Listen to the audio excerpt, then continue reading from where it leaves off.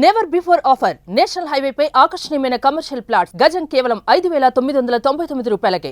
ఆంధ్రప్రదేశ్ రాజధాని అమరావతిని green and blue city concept తో ఏపీ సర్కార్ డిజైన్ చేసింది. దీని మాస్టర్ ప్లాన్ లోనే ఈ విభాగాలన్నింటినీ కూడా పొందుపరిచింది. అంటే రాబోయేటువంటి రోజుల్లో రాజధాని నిర్మాణం పూర్తయ్యే నాటికి అమరావతిని ఒక పచ్చని తివాచీలా మార్చాలన్నది ప్రభుత్వ లక్ష్యం. ఈ క్రమంలోనే అమరావతిలో ఉన్నటువంటి అనేక రకాల మొక్కలు, వృక్షాలు వీటిని తొలగించేందుకు కూడా అత్యాధునిక టెక్నాలజీని ఆంధ్రప్రదేశ్ ప్రభుత్వం ఉపయోగిస్తుంది. గత 6-7 నెలలుగా జరిగినటువంటి ఈ ప్రక్రియను చూస్తే కనుక ఇప్పటికే అమరావతిలో ఉన్నటువంటి పలు వృక్షాలని వాటిని తొలగించేటువంటి క్రమంలో ఆధునిక సాంకేతిక పరిజ్ఞానాన్ని ఉపయోగించి వేళ్లతో సహా అక్కడి నుంచి తీసి మరికొన్ని నర్సరీలకు తరలించారు. దాదాపు 4,000 మొక్కల్ని, 4,000 చెట్లని, మొక్కలు కూడా కాదు 4,000 చెట్లని ఈ విధంగా ఏపీసీఆర్డీఏ అమరావతి డెవలప్మెంట్ కార్పొరేషన్ తొలగించి నర్సరీల్లో పెట్టి వీటిని ప్రత్యేకంగా మళ్ళీ పెంచేటువంటి ప్రయత్నం చేస్తుంది. ఈ చెట్లలో దాదాపు 85% నుంచి 90% చెట్లు బతికి ఉన్నట్టుగా, ఎలాంటి ఇబ్బందులు లేకుండా ప్రస్తుతం బతుకుతున్నట్టుగా చెప్తున్నారు. ఇది గతంలోనే ఒక ప్రణాళికను ఆవిష్కరించింది ప్రతి చోట. ఇది వెలగపూడి సెక్రటేరియట్కి సంబంధించినటువంటి గ్రీన్ బెల్ట్. ఇక్కడ ఉన్నటువంటి సెక్రటేరియట్ పరిసర ప్రాంతాల మొత్తాన్ని కూడా ఆహ్లాదకరంగా మలిచేటువంటి ఉద్దేశంతో రకరకాల వృక్ష జాతులను తీసుకొచ్చి పెట్టింది. వాటి అన్నింటినీ కూడా ఎక్కడెక్కడి నుంచో తెచ్చారు ఈ మొక్కలన్నీ, దేశ విదేశాలకు చెందినవి. వాటిని అక్కడ పెంచేటువంటి ప్రయత్నం చేసి ఇలా బ్యూటిఫికేషన్ జరగాలనేది ప్రభుత్వ సంకల్పం.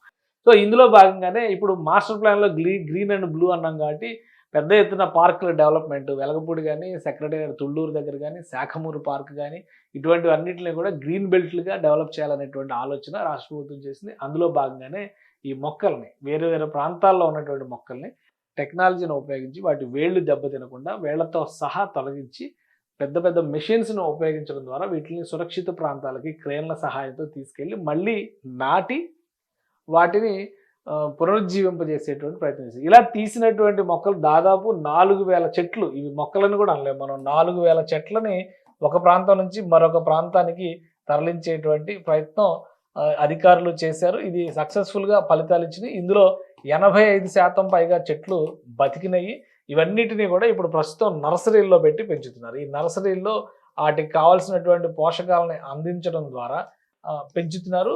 ఎక్కడైతే ఈ చెట్లని మళ్ళీ నాటాలని చెప్పని భావిస్తున్నారో అక్కడ పనులు పూర్తయిన తర్వాత చెట్ల కోసం కావాల్సినటువంటి వ్యవస్థలను ఏర్పాటు చేసి మళ్ళీ అక్కడ నాటుతారు. ఎందుకంటే అక్కడ ఇమీడియట్గా ఆ స్థాయిలో అంత పెద్ద చెట్లని తీసుకురాలేరు కాబట్టి మొక్కలు పెట్టి అవి పెరిగేసరికి కొంత సమయం పడుతుంది.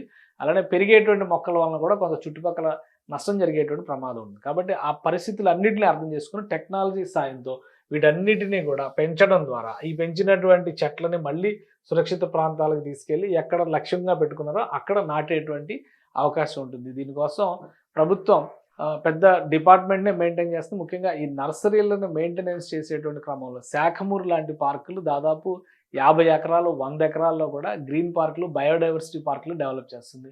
అక్కడ కూడా ఈ మొక్కలను నాటేటువంటి ప్రయత్నం చేస్తుంది. అంటే రాబోయేటువంటి ఒక ఏడాది కాలంలో అమరావతిలో అనేక భవనాలు పనిచేసేటువంటి అవకాశం ఉంటుంది. అక్కడికి అనేక మంది యాత్రికులు కావచ్చు, లేదా అక్కడ అవసరార్థం వచ్చేటువంటి వ్యక్తులు కానీ ఉండొచ్చు. వాళ్ళందరికీ కూడా ఒక పచ్చదనం అనుభూతినిచ్చేటువంటి ప్రయత్నంలో భాగంగానే ఏపీసీఆర్డీఏ అమరావతి డెవలప్మెంట్ కార్పొరేషన్ ఇది సమన్వయంతో చేస్తున్నాయి. ఇది సత్ఫలితాలను ఇస్తున్నాయని చెప్పని కూడా ప్రకటించడం, వీటిని మళ్ళీ తీసుకెళ్లి నాటేటువంటి క్రమంలో కూడా సాంకేతికంగా వృక్ష శాస్త్రవేత్తల సహాయం, వ్యవసాయ శాస్త్రవేత్తల సహాయం తీసుకున్నట్టుగా అధికారులు చెబుతున్నారు. సుమన్ టీవీలో మీ పర్సనల్ అండ్ బిజినెస్ ప్రమోషన్స్ కోసం కింది నెంబర్కి కాంటాక్ట్ చేయండి.